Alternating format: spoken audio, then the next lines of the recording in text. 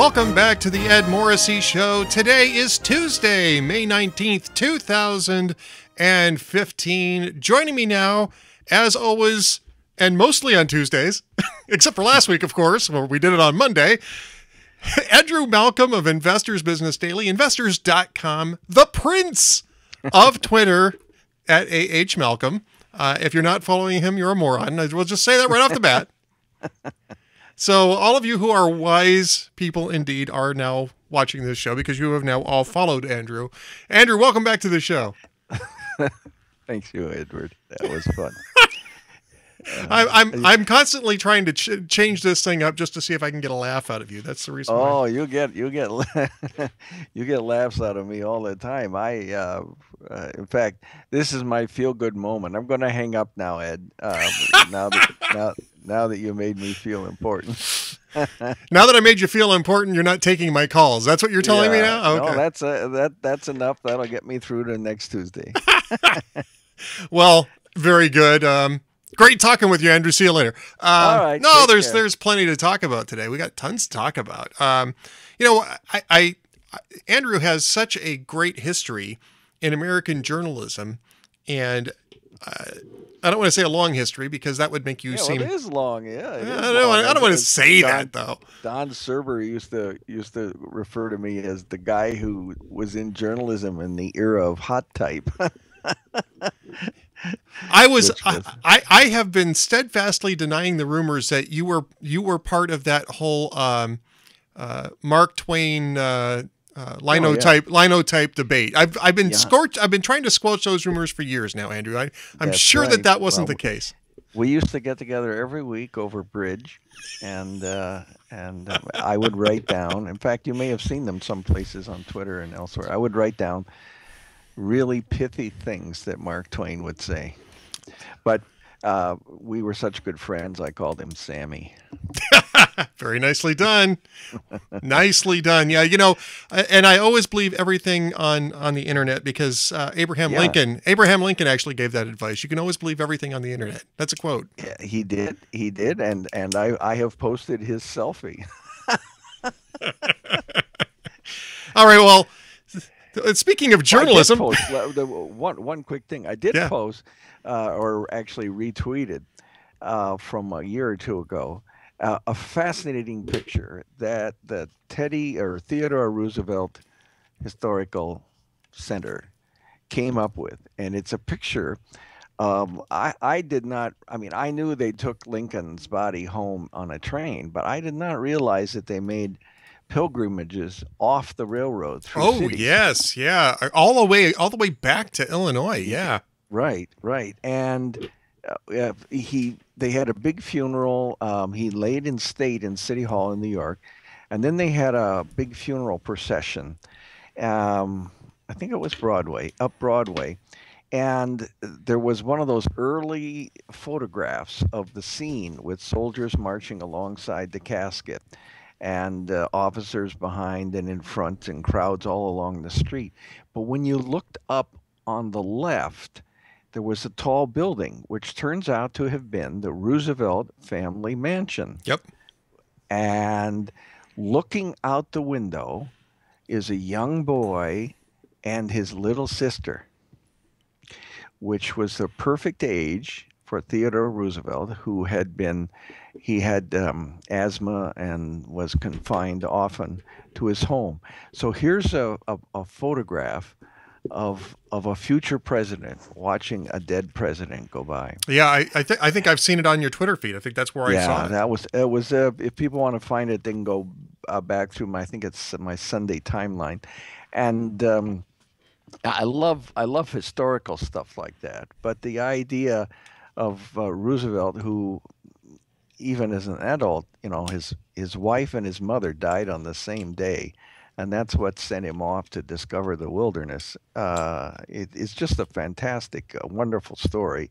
And the attempted assassination on him, so he lived the rest of his life with a bullet in his body because he inherited the president. Remember, they didn't have antibiotics in those days. Right. So he inherited the presidency from William McKinley, who didn't die from the bullet. He died from the infection. Right. of Died the from sepsis. operation taking out the bullet. So when Teddy got shot, he said, "Nah, it's I'll okay. pass. leave it in." Just So slap a anyway, bandage on it. I'm good. yeah, yeah, yeah. So anyway, yeah, there is a lot to talk about. There is a lot Georgie and lots. Well, and Abraham Lincoln said this too. Just because a newsman donates to a politician's family foundation and doesn't tell his television viewers about it, that doesn't make him corrupt. I know Abraham Lincoln said that. I think I saw that on George Stephanopoulos' timeline. Yeah, really. First off, there's a couple things going on here with this. Yes. First off is George Stephanopoulos being the chief news anchor for ABC News. Actually, I was not aware of that title until this thing came up. Apparently, they gave it to him because quietly because they actually when they hired him, they said he wasn't going to be doing news. He was going to be an analyst. Yeah, sort of like a James Carville, Mary Madeline, David Gergen, what Chris Matthews used to do over at NBC before they shoved him off over to MSNBC, and nobody watches over there any longer, except for us apparently, because we're always putting Chris Matthews clips on hot air. But I mean, even that. I mean, Chris does Hardball, and that is a show that with an explicit point of view politically. I mean, it's on a channel that is dedicated, right, with the exception of Morning Joe, it's dedicated to the progressive point of view. So you know what you're getting there. But Stephanopoulos was different. He was hired out of the White House, and ABC did use him as a political analyst for about 5 or 6 years. And then 2002, they moved him to This Week as the moderator of it, trying to apparently soften him. Well, and also trying to make him into the new Tim Russert. And Tim Russert, who had been a political activist is the wrong word, but he was a staffer on Capitol Hill. He was a staffer for a congressman, and I think Moynihan in the Senate. Moynihan and the Irishman. Tip O'Neill. Yeah. Yeah. Well, so and Matthews was a Tip O'Neill as well, but that's what I meant. Oh, I'm sorry. No. Russert, he was a staffer for a couple other people. I can't remember who now. Oh, I thought you were talking about. No, I'm talking about. But Russert turned into a pretty credible newsman, and he did it because he was hard on everybody. He was hard on everybody. He did his homework on everybody, and I don't think anybody once he moved into that Meet the Press role, I don't think anybody questioned Russert's basic fairness. I'm sure we all had quibbles with some of the things that he did, but I think everybody assumed that he was trying to be on the level. And people did with Stephanopoulos, although for me that kind of dropped off the radar in 2012 when he dropped that contraception question in the middle of that New Hampshire debate that nobody was talking about. And he spent 15 minutes on contraception, and all of a sudden the Obama administration rolls out this contraception mandate as part of the Obamacare thing. And I have been suspicious of George Stephanopoulos ever since New Hampshire in 2012. Yeah, well, he was in on every morning conference calls with Carville, Bagala, and Robert Gibbs, and then Jay Carney, deciding on what the direction of their talking points would be for the day. Solid newsmen, by the way. 4 solid, objective newsmen right there. Yeah. Well, it is embarrassing. There were people. The New York Times had Leslie Gelb, who was a very well-known, very professional diplomatic news reporter. And then he went to work in the State Department for Jimmy Carter. Mm-hmm. And then he went back later for somebody else. Maybe it was Clinton. I don't know. Anyway, when he came out of government, he went into writing columns, because he just didn't have any credibility. You couldn't have any news credibility having worked for a particular president. For instance, on my page, not that I'm a paragon of anything, but I spent almost 10 years in government and politics, and that my bio is right there every time you go to that page. It's staring you in the face. Right. But Stephanopoulos, first of all, he shouldn't be giving, and I've never given to a political party or a candidate, um, and because I figured people, not that many would care, but people, if they wanted to, could go back. And early on in my career, I even changed my party registration so that if anybody went to look, they couldn't figure out what I was, except Right. I was never a communist. So um, it was something that I felt you needed to protect, even though on the New York Times, the assumption was that everybody was pretty liberal. I wasn't Ivy League, but most of them were, and voted Democrat. But Stephanopoulos, and I'm not prepared to give him the benefit of the doubt. So this wasn't something he forgot. No, no. This is something he was trying to hide and got caught. And got caught. Yeah, but I mean, and his first apology was not for the donation, which is outrageous, but for not making it clear. It was publicly available, but I should have gone the extra mile. Well, actually, he should have stayed home the extra mile and not done it in the first place. Well, he should. I mean, this is where it really gets. It really gets to me is this idea that disclosure is an extra mile. First off, public records means basically what he was saying was it's your fault if you didn't go to the Clinton Foundation website, search the entire list of donors, and then find me. I mean, that is an absurd. Not going to happen. It's an absurd standard of disclosure. It's an absurd standard of disclosure. And secondly, the whole idea that disclosing explicitly and positively disclosing his connections to the Clinton Foundation while he's covering the story is going the extra mile is another absurdity. It's not the extra mile. It's actually the first step. If you don't recuse yourself, it's the first step. You have to say when you're sitting across from Peter Schweitzer and saying, well, you don't have a shred of evidence. You don't have a shred of evidence, but not only that, but hey, you used to work for Republicans. You used to work for these conservative organizations. Don't you have a bias? And not disclose that you've given $75,000 to the organization that you're discussing in this interview is beyond belief. It's beyond belief. It's beyond a lack of credibility.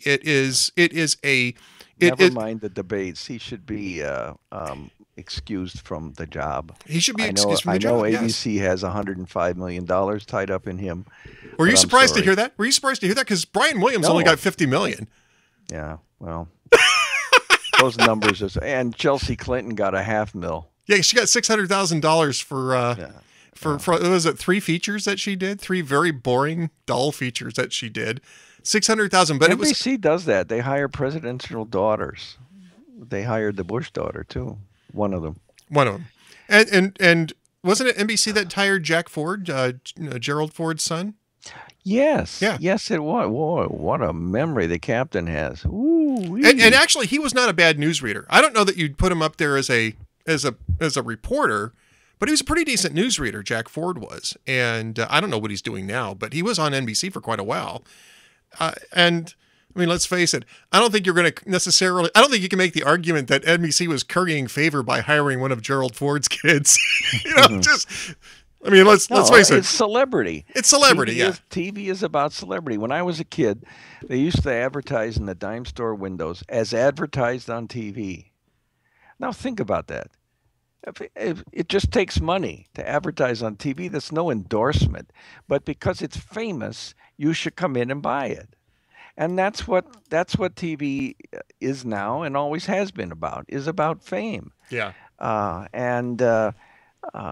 understand it. It's very useful coinage when Leland Vittert or somebody walks up to a cop in the street. They know who he is, and so they're more likely to talk to him and give him an interview or give him something off camera.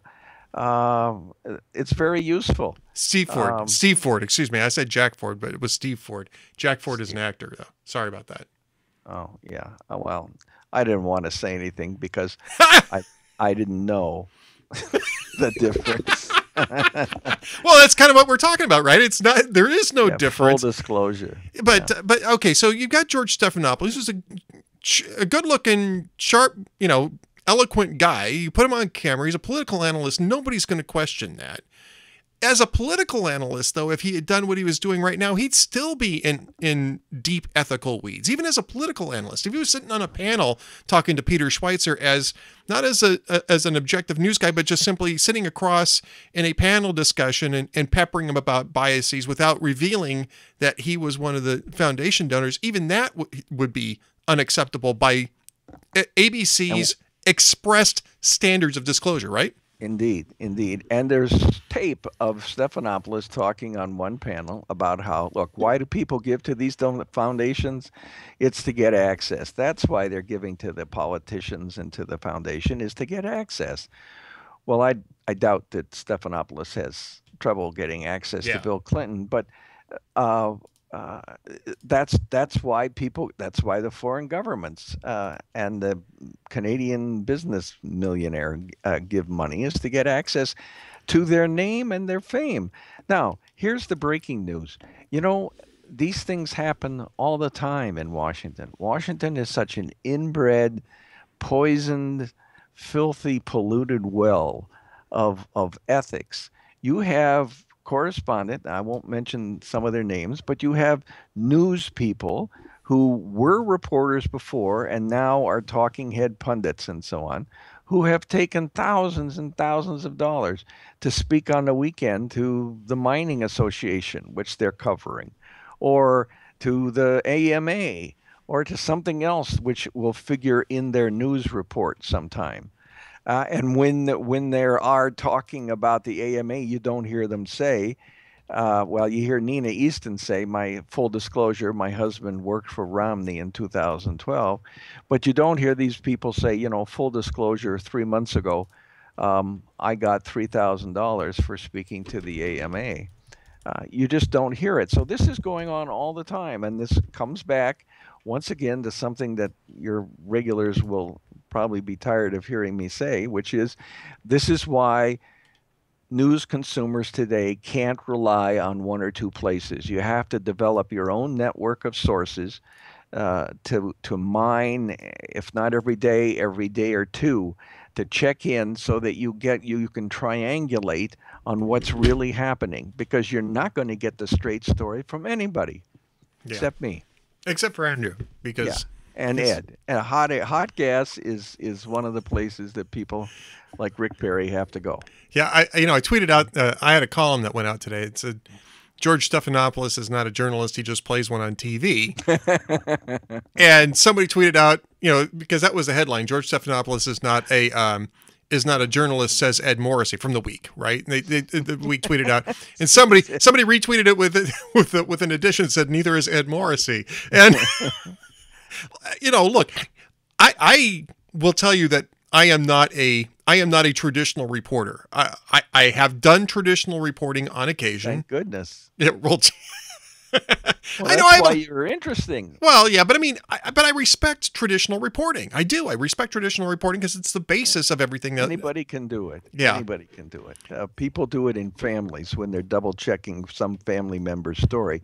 They'll talk to other people, and you get a slightly different version and then another slightly different version. And among them, you can come up with probably what is the truth. So basically, every parent is a reporter. Every parent, but Thanksgiving, people say, oh, I hate politics. Really? So you never go to a Thanksgiving dinner? Who sits next to who? What subjects are banned, or what subjects everybody rolls their eyes at when the uncle brings them up? Politics is human interaction. That's, I think, why it's so interesting. And it becomes so easy for us as voters in a relatively free society to point to politicians as doing the kinds of evil, duplicitous, deceitful things that we ourselves do in our own lives, as if we never told any lies or shaded or misled anybody when we were talking about something that we really didn't want to talk about, misdirected them. It's a human. Remember that old game we used to play in children's birthday parties, what they called it, telephone, where somebody Sure. would say something at one end of the table and they'd pass it around. I was always the guy who changed it. And I knew it was you. and you'd see when it came around to the other end how it was different. If you're a reporter or even a bystander, a policeman, you go to a traffic accident, you talk to six people, there will be seven different traffic accidents. It's totally different. Everybody sees everything different. So the only way to be an informed citizen, which I hope more people are, given the variety of volume of choices online now, is to triangulate, is to get a whole bunch of different places where you get your information, your news sources, and you process it. You don't have to have Walter Cronkite chew it over for you and then hand it to you. Yeah, that's a good point too. I mean, there is this plethora of news outlets out there, and you can be a wise consumer of it in a much better way than you could 30, 40 years ago. Yes, it's golden. But, oh my God. So what do you do with George Stephanopoulos, though? I mean, here you got ABC and Geraldo Rivera. I'm not a great big fan of Geraldo Rivera, but he has a point. He said yesterday that they fired him over a $200 contribution he made to a friend in a nonpartisan local political race, and this is in 1985. And he did provide some extra context by saying, "Look, Roone Arledge was looking to get rid of me anyway," but that was the excuse that they used. I had contributed $200 to a political activity without disclosing it to ABC News, and it was just $200. Even in 1985, inflation adjusted, it doesn't equal to $75,000, right? And it's not about, and it's not a family foundation for somebody who's running for, who everybody knew was going to be running for president when he was making these donations in 2012, 13, and 14. They're going to try to struggle through with George. Remember, excuse me, Keith Olbermann got suspended a few days for giving a fairly substantial donation to Louis, not Gohmert. Who's the one in Gutierrez in Illinois? No, the one in Arizona, Navis or GN. It's a funny. Yes. Oh, I could look it up. It's at Hot Air, but yeah. But yeah, I mean, it was anyway. He gave a donation to them, and even MSNBC suspended him for several days for doing that. The guy was a regular guest on his show, and of course was treated like royalty. I, on the other hand, was twice the worst person in the world. Oh well, so, I was once, but then I was best person in the world. So I am the alpha and omega of Olbermann's universe. That's right. That's how I like to. That's how I like to frame that. I actually told that to somebody last week, and they said, "Are you joking about that?" I said, "No. Within like 6 weeks, I was the worst person, then I was the best person," and so I feel it's a privileged position that I have, and Olbermann universe, but it's a mark. What this is about George is a marker. I'm more bothered about what George did than Brian Williams.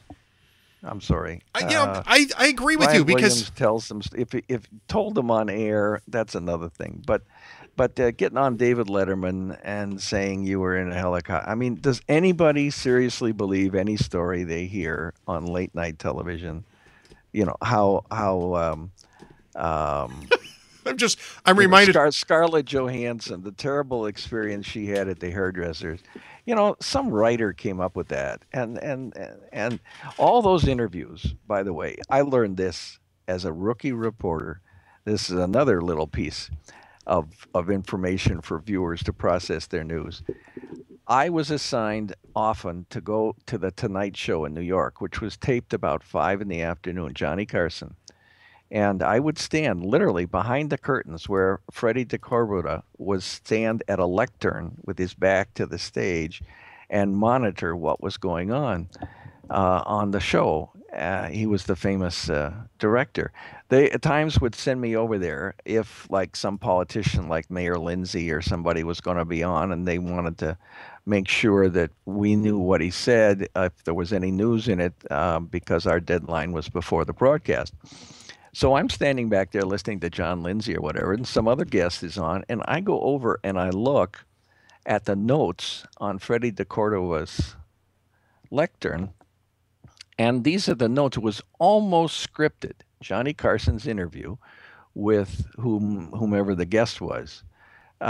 So somebody told me you were in Paris recently. Yeah, yeah. And you had some unfortunate incident? Well, yeah, my bags got, and they go off into this funny story and everybody laughs.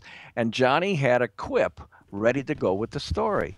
Well, I was also involved with arranging 2 or 3 interviews of politicians on the Jay Leno show. And the same thing happens. There is a pre-interview. They'd like to do the politician, but they had to do it with me instead.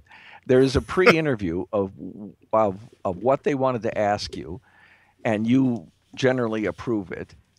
Not the specific questions, but the general areas they wanted to explore, and Right. and then you told them what messages you wanted to get out. Like when we did this with Laura Bush on the Jay Leno show.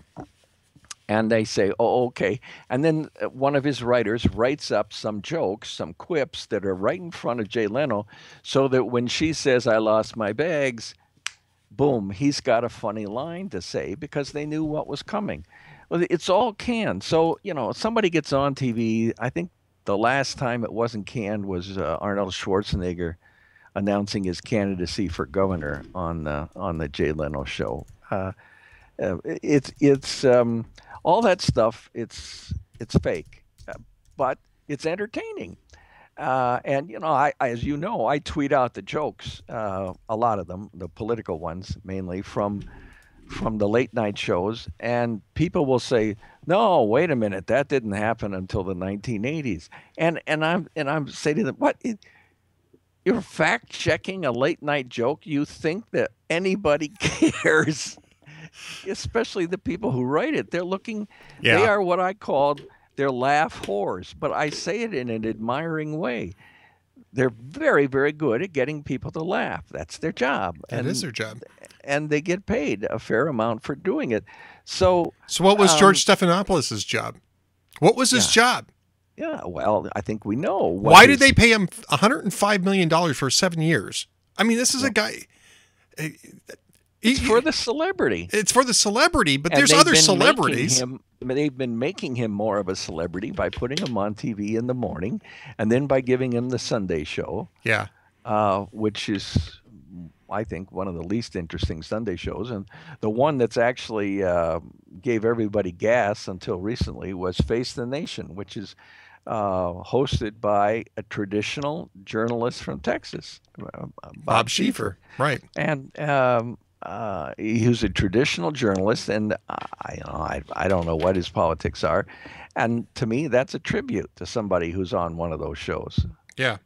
Well, those days are gone. I mean, and he's retiring. Yeah. John Dickerson's going to take his place. He announced he's retiring later in the summer, and then CBS announced last week that he's retiring a lot sooner than that. Oh, I didn't hear that. Oh, I didn't know that. Oh, well, hopefully he's okay. And John Dickerson. Yeah. Oh no, I think he's okay. I just think they want to get a younger. That John Dickerson guy is coming in. John Dickerson's coming in there. Jake Tapper's taking over at CNN. And Jake Tapper. I think that would make that show better, more interesting to read. Yeah, I agree with you. But let's. I just want to get back to the same with George. Just for a moment, because you said something, and I want to follow up on it because I agree with you. If I had disagreed with you, I would have just ignored it. But because I agree with you, I'm going to highlight this because it's Thanksgiving family dinner. Well, that too. I agree with you on that too. But you said that what George Stephanopoulos did was worse than what Brian Williams did, and I completely agree with you on this because what George Stephanopoulos did was basically a type of activism on behalf of an organization rather than conduct news. I mean, I don't think with the cloak of journalism. With the cloak of journalism, deceiving the viewers. Now, you can make the argument deceiving the viewers specifically about an organization that is at best questionable. I mean, their pass-through rate for revenues to actual grants is atrocious for a charity. It's one of the reasons why Charity Navigator has it on its watch list. It's like 15% at best at Clinton Foundation, right? And so, you hear all these people. Howard Kurtz did it yesterday, too. It's kind of annoying. The Clinton Foundation does a lot of great work. Well, so do a lot of charities. And a lot of charities don't spend 85% of their money on internal administrative overhead costs. Yeah, and 60% private jets. on private jets. Yes, I mean. This is basically a slush fund to keep people on the payroll so they can transition off to Hillary Clinton's team. I mean, yeah, they 15% of the money in some years it's less, goes to charities. But this is the point about Stephanopoulos, is that that's a question that really needs to be answered. It's a question that was raised in Clinton Cash, the book by Peter Schweitzer. One of these days we'll get him on the show here, and I'll talk with him a little bit more about that. And George Stephanopoulos headed off that discussion by basically challenging Peter Schweitzer on his political biases. Yeah. This is the Clinton guy. This is the Clinton War Room guy who is talking about the Clinton Foundation and doesn't disclose his own financial ties to it. It's much worse than the Brian Williams thing. Brian Williams is an embarrassment to NBC. And I don't think he was even I don't think he was that good anyway in the first place. I think Lester Holt's a better newsman than Brian Williams was, at least by current indications. Yeah. But this is a real perversion of journalism. What Brian Williams did was playing out his personal insecurities on camera. I kind of feel bad actually for Brian Williams in some ways, because I think a lot of this is just driven by his own personal insecurities.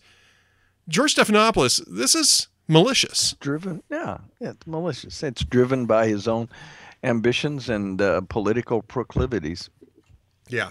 And I'll to my dying day, I will insist that was the case in New Hampshire in January 2012 as well. When we spent 15 minutes talking about contraception. Oh, absolutely. Absolutely.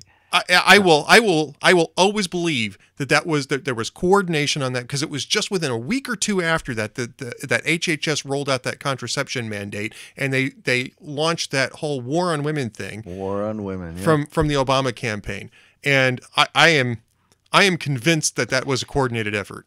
Well, I don't remember if I mentioned this on this show before, but in the fall of 2007, when Clinton, Hillary, and Obama were going at it in Democrat primary debates. There were a bunch of others, John Edwards and so on. But they had on CNN a panel evaluating the performance of the two main antagonists. And the panel decided, Anderson Cooper was interviewing them, the panel decided unanimously that Hillary Clinton had clearly won the debate. And the panel was David Gergen, James Carville, and Paul Begala, all of whom had worked for her husband. Right. There was no mention, I did mention this last week, there was no mention whatsoever of their connection to it, or the fact that James Carville had just a few weeks before written a fundraising letter for Hillary. None of that. And this is what I mean about being an informed consumer. People go away and say, well, I guess Hillary won it because the pros said so. No, the pros wanted you to think that. You're being used. And I don't know about most viewers, but I don't like being used. I get really steamed when I realize I've been played. I remember looking at a family member one time when I was watching Rocky, and I said, we're being terribly manipulated. And I love it. Yeah, sometimes you just stick with it because the manipulation feels pretty darn good. But it feels very good, Rocky. Yeah, Rocky's great. It touched the nerve, all of them. But these guys, we're talking about the operation of a democracy, and they're basically fifth columnists. Yeah. In the sharing of news, which is the fundamental nutrition in a democracy, is news for everybody to know, to chew over, to make their own personal decisions about voting, supporting, donating, whatever. Stephanopoulos is an unforgivable fifth columnist, and I imagine ABC will hang on for a while because they have so much invested in making him a celebrity. Yeah. On the other hand, their new guy turned out pretty good on the evening news. He's been leading, that David Muir guy. He's been, to me, he looks like he's right off the local station in Omaha, but I guess nationally viewers like him. Well, and I, to be honest with you, I haven't seen enough of David Muir to know one way or the other. I've seen some he's clips. smooth. They're all smooth. They're all smooth. You get to that level, and you're going to be smooth. You know how to do news reading. And look, I mean, Stephanopoulos is quick. He's quick-witted. It's always good on camera. He's a sharp-looking guy. That's always good on camera. The problem isn't his He's short. Which is usually not a problem on camera because you can always position the desk and the chair. It's a problem. There's blatant discrimination against short people in the NBA. Well, he did have Muggsy Bogues for a while, so I don't know. I think you can overcome it, but yeah, you have to just work harder when you're height challenged, I guess, in the NBA. All right, well, so don't expect to see ABC doing anything soon with Stephanopoulos, is what you're saying. Yeah, no. Well, you could tell they got defensive because they made him apologize again. That wasn't his choice. Where he said, I apologize for the appearance, but I should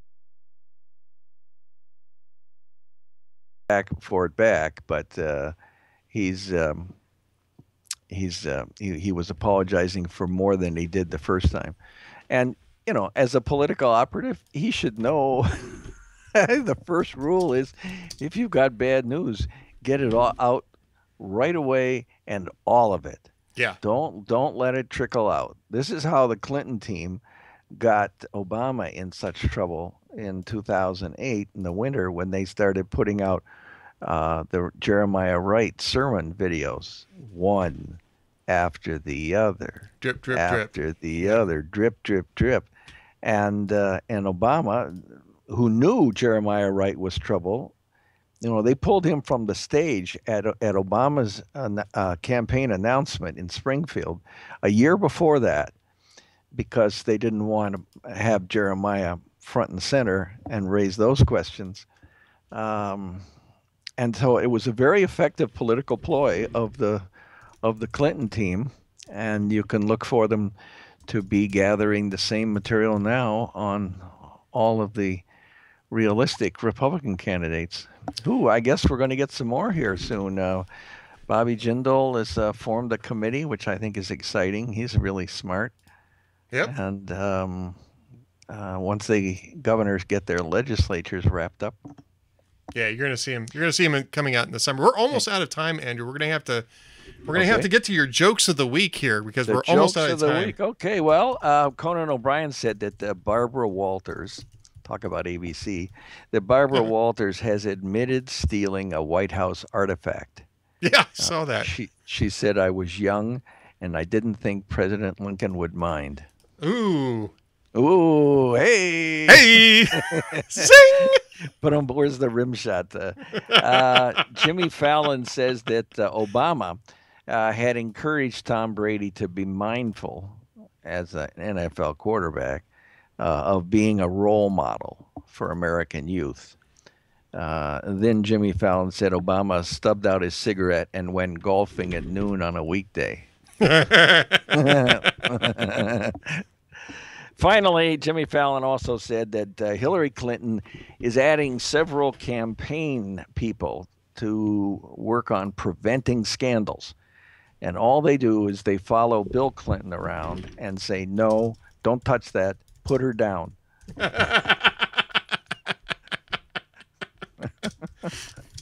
one, I really like that one. I really like that one. Put her down. No, don't. I mean, it's like going through a store with a child, No, don't touch it. Don't touch it. Don't touch that. Keep your fingers off of that. All right, well, Andrew, we are all out of time, but of course you can find out much more at investors.com/Andrew Malcolm. And of course, on the Twitters is at AH Malcolm, where Andrew is, as I've mentioned a number of times now, the Prince of Twitter. So, Andrew, thanks so much for being with us. I'm gonna get that on my tombstone. Well, let's not talk about that. Let's get you a bumper sticker first, all right? Good Lord. Long time to go before we need to worry about that, my friend. We'll get you a bumper sticker for right now. We'll see. I'll be here next week for sure, buddy. Sounds good, Andrew. Thank you so much for being with us today. See everybody. Oh my goodness. All right. Nope. He's going to be with us for a long time, folks. We're going to, we're not going to let him, off the hook that easy. Coming up now is going to be, as soon as I get his phone number up here, Manny Laureano. Manny is the first trumpet for the Minnesota Orchestra. And it's an interesting story here. They just came back from Cuba, where they had a cultural trip, one of those cultural exchange trips. And Manny is first trumpet in the Minnesota Orchestra. Hello. Manny Laureano, how are you today, sir? Saludos, my friend. Now, I've known Manny for several years. Manny has been the go-to guy for AM 1280 The Patriot in the area whenever we want to have an event, and we want to have when we want to class the joint up a bit, we bring in Manny to play the trumpet, because Manny is a class act. And we were just joking around. My friend Andrew Malcolm was the first guest on the show, and I've been calling him the Prince of Twitter for years. But you're also on Twitter, and your Twitter handle is Mr. Prince Trumpet. Yes, So now Prince Trumpet, I've got Principal Trumpet. So there you go. I have two princes of Twitter on this show today. I mean, how good can this show get? I'm telling you, folks. Lousy with royalty, man. I am lousy with royalty today. Well, Manny, it's always good to talk to you, and it's been too long. And one of the reasons why I haven't talked to you lately is because you were out of the country. You were actually in Cuba this week, or last week, I should say.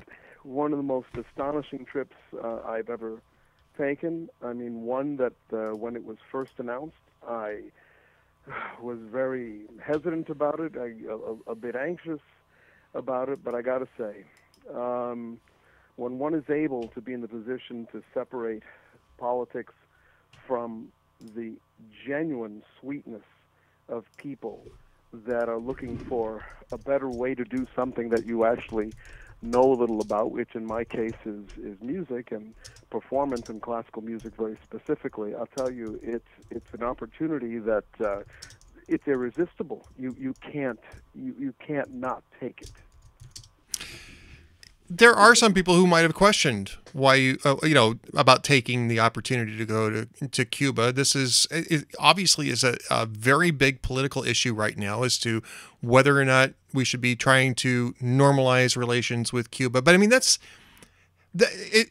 United States has always treated that somewhat separately from the cultural connections. We were sending cultural people abroad, the Soviet Union, the China, to play ping pong in China, for instance. And so, I mean, this is sort of a grand tradition in American cultural outreach, is it not? Yes, this is, not exactly in the same vein, but you can look at it that way, almost the Bobby Fischer and Spassky, but that had a whole Cold War ethic to it. But this was something that, first of all, you have to realize the astonishing speed with which this was accomplished. Okay, so they announced the beginning of the thaw of relations in, December 17th. And apparently this is now one of those days in Cuba, I have learned when I went down there, that everybody remembers where they were when they heard the news. I mean, you're talking about people that were actually weeping to hear this. Now, when you hear something like that, you realize that it is something that really transcends the political. Like, you're talking about a people that want a connection. And one of the most emotional moments of the whole tour was on the second performance, the Saturday night, where we came out and, completely to the surprise of the people that came to the concert, we started off playing the Cuban national anthem and followed up with our own national anthem. And, one thing about that anthem, by the way, about the Cuban national anthem, people don't realize or don't remember that this anthem was adopted after the Cuban-Spanish War, back at the turn of the last century.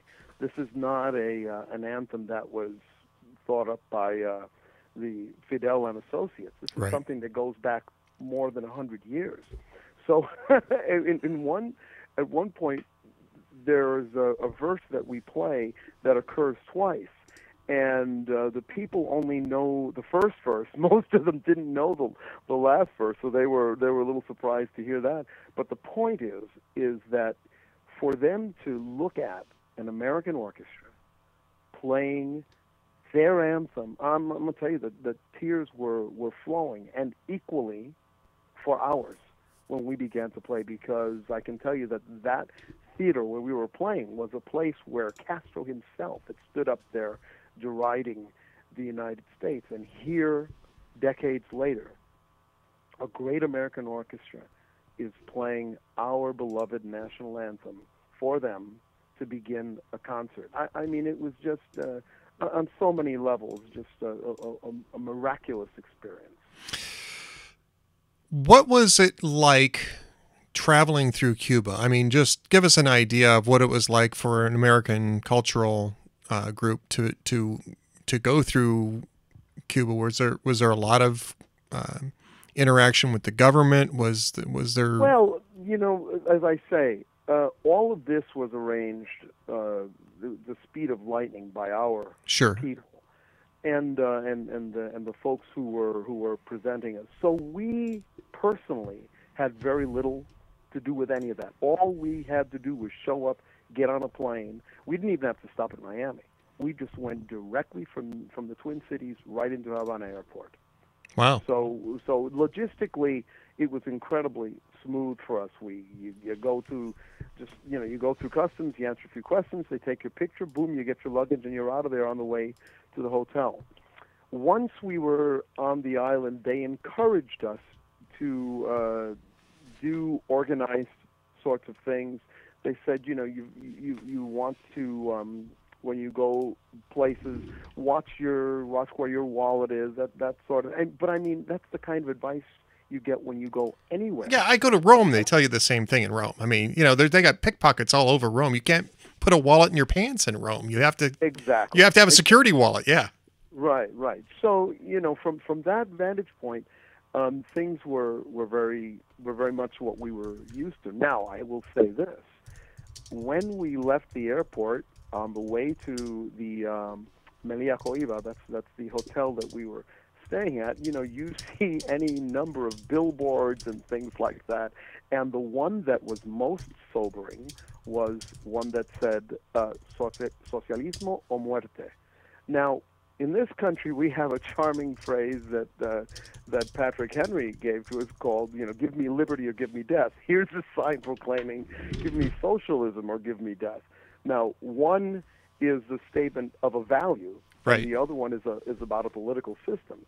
So, like I say, when all of us looked to the left side of the bus and saw this sign, you could hear the silence.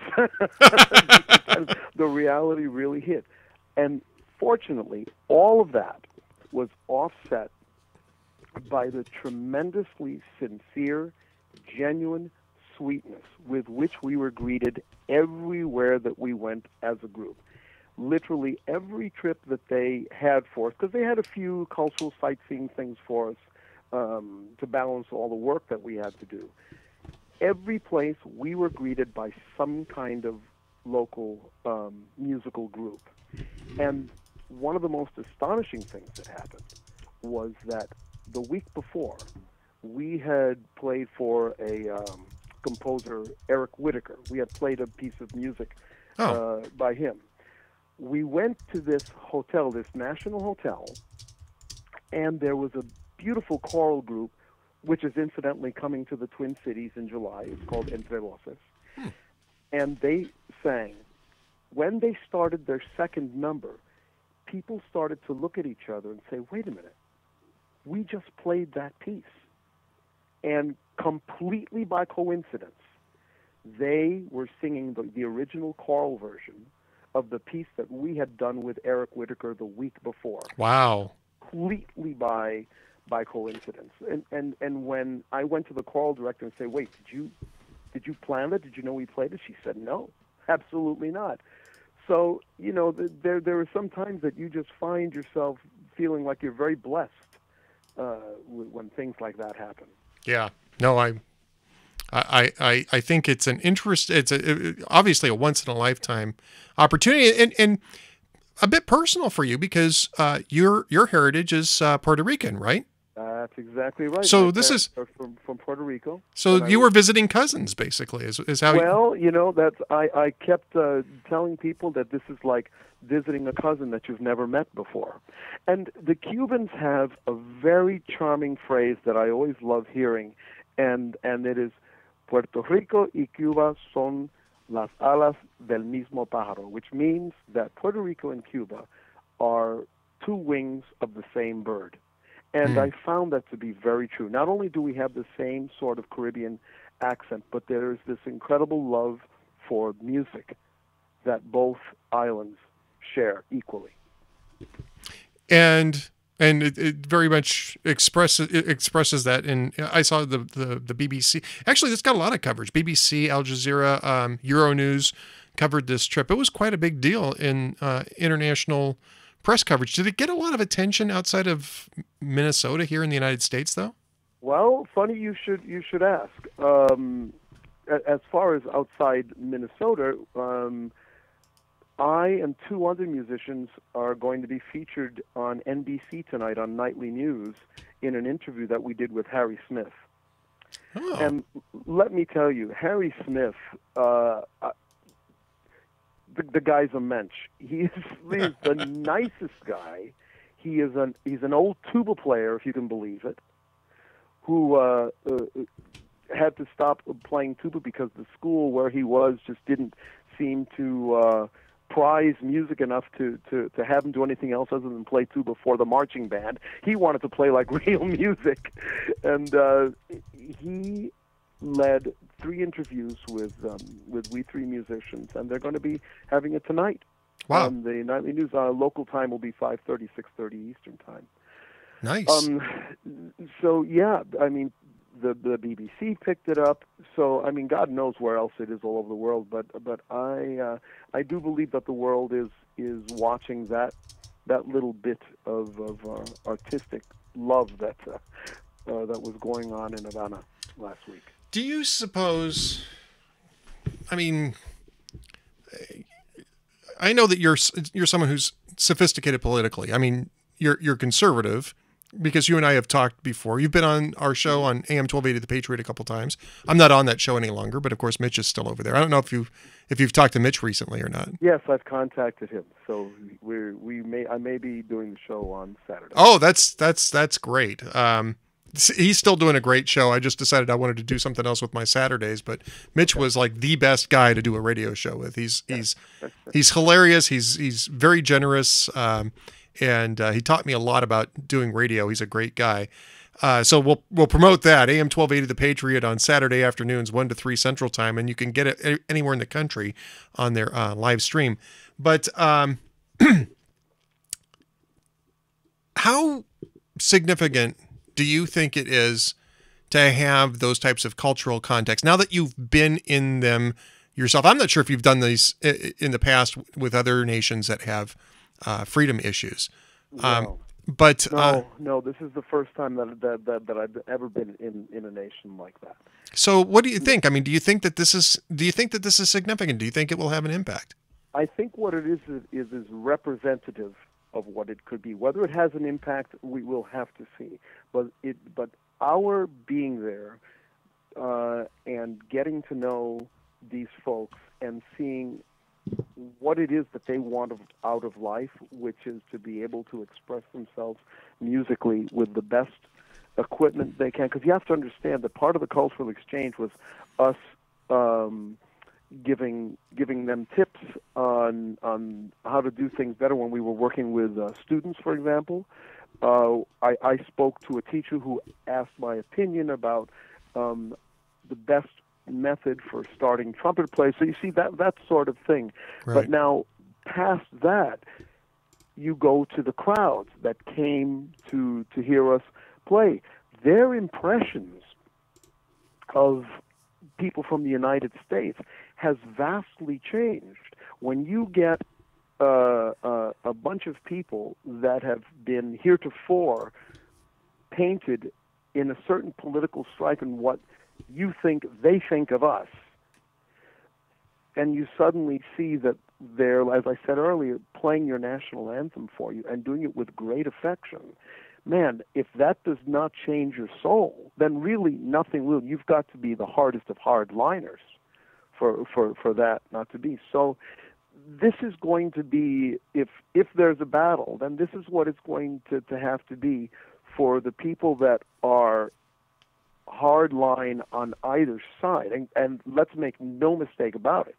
For as much as people might say that Congress is in the way of all this stuff, there is an equal or greater number of people in the political situation there that are just as hard aligned, that really don't want to have anything to do with America. They want to have their own ideas and their own identity.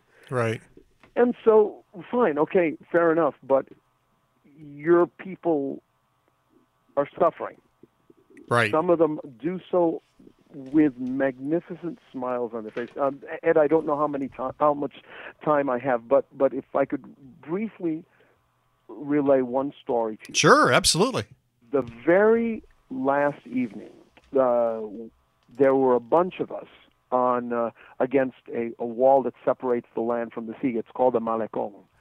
And it's a place where people gather just to be able to look out at the sea, to fish, and then at night, somebody will bring a pair of bongos and maybe a flute and a guitar, and people will sing. They'll do it. In the middle of all this stuff, they're still singing and dancing, okay?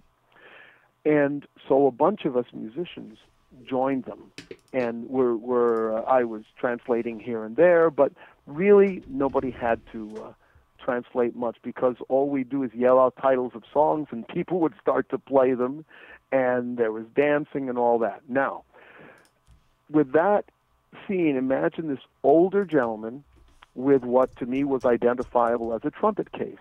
And so I stopped and I said, hey, I'm here visiting from the States with a symphony orchestra, and I know that's a trumpet, what's your name?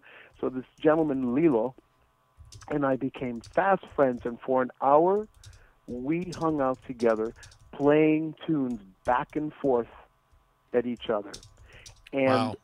At one point, these other folks that were playing the drums and the guitars were playing Guantanamera. Oh, yeah. There must have been half a dozen of them. And then so he said to me, the conversation was gearing towards how to express yourself musically, and he grabbed his horn, put the mouthpiece in, shoved it in my face, and said, get in there, man, and play. Whatever comes out, but it's got to be from your heart. Go in there and just let it go. And he literally grabbed me, shoved me in the middle of this drumming frenzy, with people singing Guantanamera, and I started improvising on top with my eyes closed and just like pouring my heart out in the middle of this street, in the middle of Havana, Cuba. And it was tantamount to the greatest trumpet lesson I've ever had. Wow. That's so amazing. This is how powerful all of that was. That's amazing. It's a great story too, Manny. Yeah, man. All right, so we got a minute left. What's coming up for you next at the Minnesota Orchestra? I mean, we got to promote the Minnesota Orchestra as well. Well, this week is the gentleman who's kind of the grand old man of the Minnesota Orchestra, Stanislav Skrovichevsky, who was music director for 19 years. And he's now, my goodness, he must be about 92 years old, and has got a fire that will never be quenched. I mean, it's really amazing. We're playing the Beethoven Seventh Symphony, which is one of the most exciting of the Beethoven Symphony. Well, hell, they're all exciting, but this one is just like a whirling dervish. And the piano soloist for Brahms' second piano concerto is Garrick Olson. And the cool thing about this is that the very first time that I played for Skrovichevsky, when I was a kid, playing in the Seattle Symphony, Garrick Olson was the piano soloist. So, man, here I am now, almost 60 years old, and the clock has gone all the way around. Well, that's going to be special for you. That's got to be very special for you. Tremendously so. That's great. That's great. Well, that's coming up. Where can people find out more about the Minnesota Orchestra?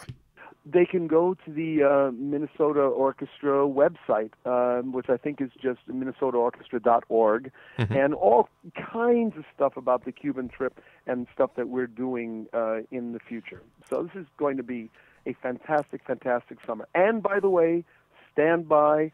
There is going to be some significant Minnesota Orchestra news that'll probably hit sometime either this afternoon or this evening. Oh, wow. Okay. Yep. I'll keep my eyes peeled for that. Big stuff, yes. Oh, good. Well, great. Good to know that. So always happy to see good things going for the Minnesota Orchestra and you, Manny. I know that you guys went through a couple of years of real tribulation there, and I think this is just tremendous.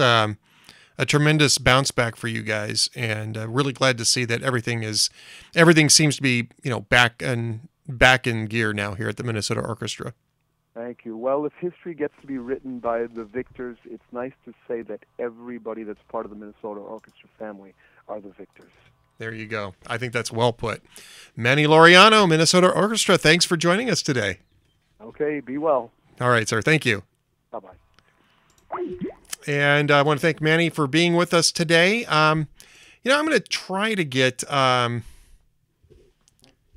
going to try and see if I can get Evan to come on the show here. Right now, I think this is recording. And so I think maybe I'll just have Evan do 5 minutes really quickly here at the end. But if you're watching this on the recording, only about the first half hour of the show went out over the Ustream servers because, unfortunately, Ustream crashed. But I'm recording this locally, and I think I can upload it to YouTube. So why don't we go ahead and give this a try. I'll give Evan a call and see if he's interested in coming on, assuming I can find Evan here. He's just coming off of something with Larry Elder. So we'll see if we can find him. We'll give him a call anyway.